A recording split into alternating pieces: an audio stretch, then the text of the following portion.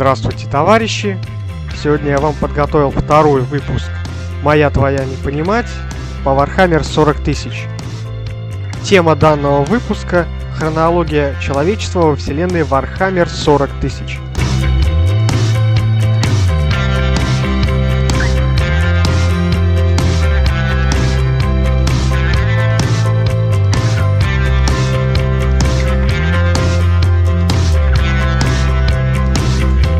Начинается история человечества с М0М2. Это начальная история человечества.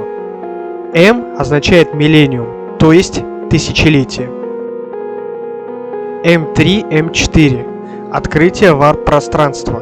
Человечество начинает колонизировать галактику. Примерно к концу 22 века Марс терраформируют, и он становится планетой земного типа. Он стал первым подобным колонизированным миром. М5, М15. Неспешная колонизация относительно неотдаленных систем. М15, М25. Темная эра технологий. Период максимального технологического развития человечества. Она характеризуется изобретением варп-двигателя, что значительно ускорило колониальную экспансию человечества. Создание СШК – стандартных шаблонных конструкций. Это база данных, загрузив в которую задачу, цель, ресурсы на данной планете, можно было получить чертеж или инструкцию, как сделать тот или иной предмет. Создание искусственного интеллекта и так называемых железных людей, то есть роботов с ИИ. Открытие генонавигаторов.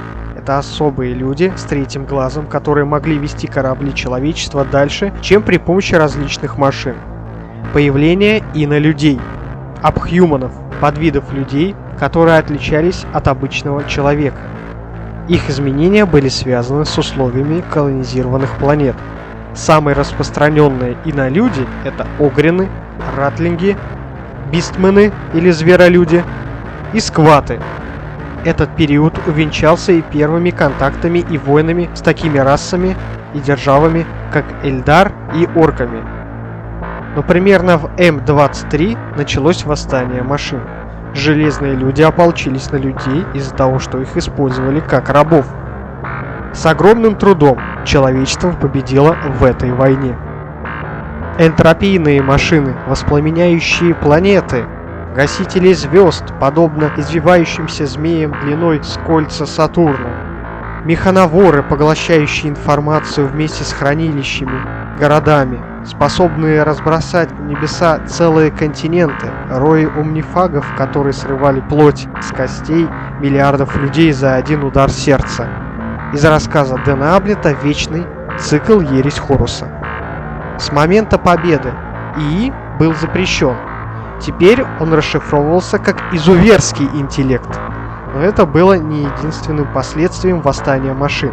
Человеческая империя лежала в руинах, системы СШК были утеряны, а целые сектора превратились в астероидные поля, а часть планет просто вымерла от голода и лишений. Это были еще не все напасти.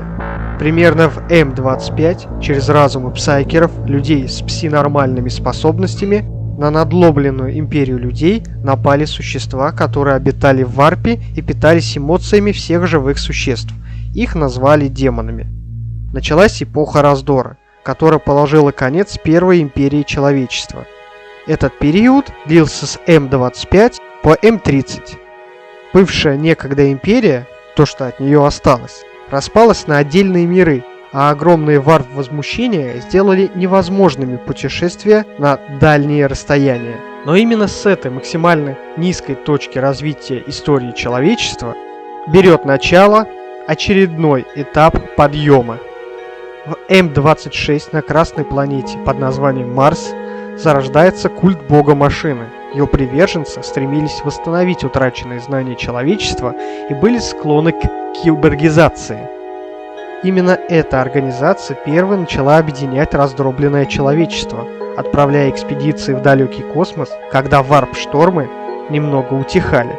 По итогам по всей галактике были образованы миры-кузницы, которые оставались верны доктринам культа бога машины и генерал-фабрикатору Марсу, то есть правителю культа и священной Красной планете. Под конец эпохи раздора на Терре, так теперь называлась колыбель человечества, на которой шли постоянные войны между техноварварами и их военачальниками, появился Громовой Повелитель во главе Громового Легиона, генетически усиленных людей Протоастартес. Он повел свои армии против всех военачальников и одолел их, вновь объединив Терру, положив конец разрушительным войнам. Но замыслы этого человека были более глобальны. Он намеревался объединить бедное человечество вновь в одну грозную силу. Так на периферии галактики появился никто иной, как Император Человечества. Интересный момент. В книге «Механикум» из цикла «Ересь Хоруса» намекает на то, что Император приложил руку к созданию культа бога машины. Этот период истории получил название «Объединительные войны», и шли они во второй половине М-30. Для завоевания галактики Императору требовались огромные силы и ресурсы. Этим всем располагала Империя Механикум, то есть культ бога машины, лунные генные объединения и прочие государства из Солнечной системы.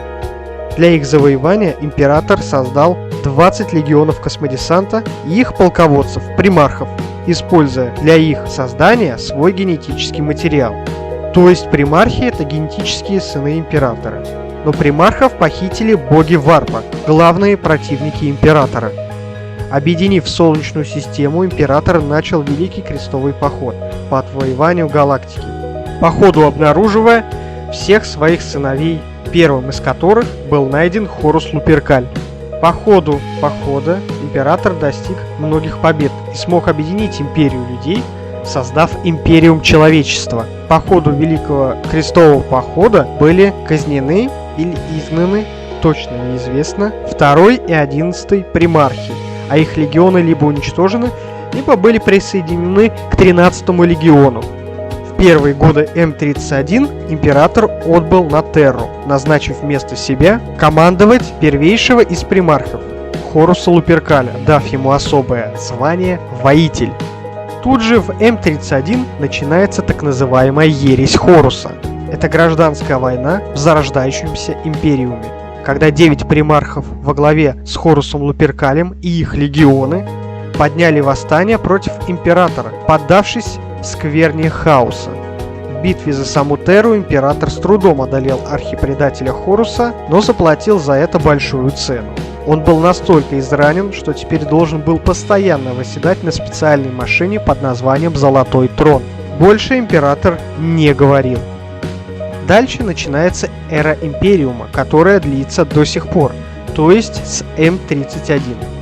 Давайте пройдемся по некоторым важным дальнейшим событиям в истории Империума Человечества. Начало М-31. Так называемая чистка Империума от предателей. 783 год, М-31. Первый черный крестовый поход воителя хаоса Абаддона. М-32. Создание церкви Императора Спасителя или впоследствии Экклезиархии. Середина М-32. Война зверя. Глобальный конфликт между людьми и орками. 597 год, М-32. Второй черный крестовый поход. 909 М-32. Третий черный крестовый поход. Первый год М-34. Четвертый черный крестовый поход. М-35. Первый контакт с примитивными Тау. Война Святой Саббат. М-36. Эра отступничества и кровавого правления Гога Вандира. 723 год, М-36. Пятый черный крестовый поход. 901 год, М-36. Шестой черный крестовый поход. М-37. Крестовый поход в бездну. 811 год, М-37. Седьмой черный крестовый поход. 999 год, М-37. Восьмой черный крестовый поход. 537 год, М-38. Девятый черный крестовый поход.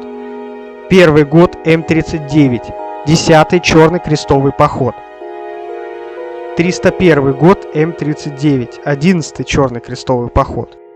139 год М-41, 12-й Черный крестовый поход, он же Готическая война. Крестовый поход Махариуса, 392-399 года М-41. 742-745 года М-41 Дамоклов крестовый поход, он же первый военный конфликт между империей Тау и империумом человечества. 745 год М-41, Первая Тиранитская война, вторжение флота Улья Бегемот, битва за Макрак. Конец М-41, начало массового пробуждения некронов и Некронской империи. 993 год М-41, Вторая Тиранитская война, вторжение флота Улья Кракен. 997 год М-41, начало Третьей Тиранитской войны. 444 год М-41, Первая война за Армагеддон. 941 год М-41, Вторая война за Армагеддон. 999 год М-41, Третья война за Армагеддон. 999 год М-41, 13-й Черный крестовый поход и падение Кадии. Опустошение Ваала, возрождение примарха Рабаута Желимана, образование Великого Разлома. 999 год М-41, дефис 111 год М-42, неодолимый крестовый поход. Начало М-42, чумные войны Ультрамара. Начало М-42, война кошмаров, глобальный конфликт на Виджулусе между орками, людьми, хаосом. На этом мы этот выпуск заканчиваем. Спасибо за просмотр. Ставьте лайки, пишите комментарии, подписывайтесь на канал. Ну а с вами был Старый Стратеговод. До свидания, товарищи.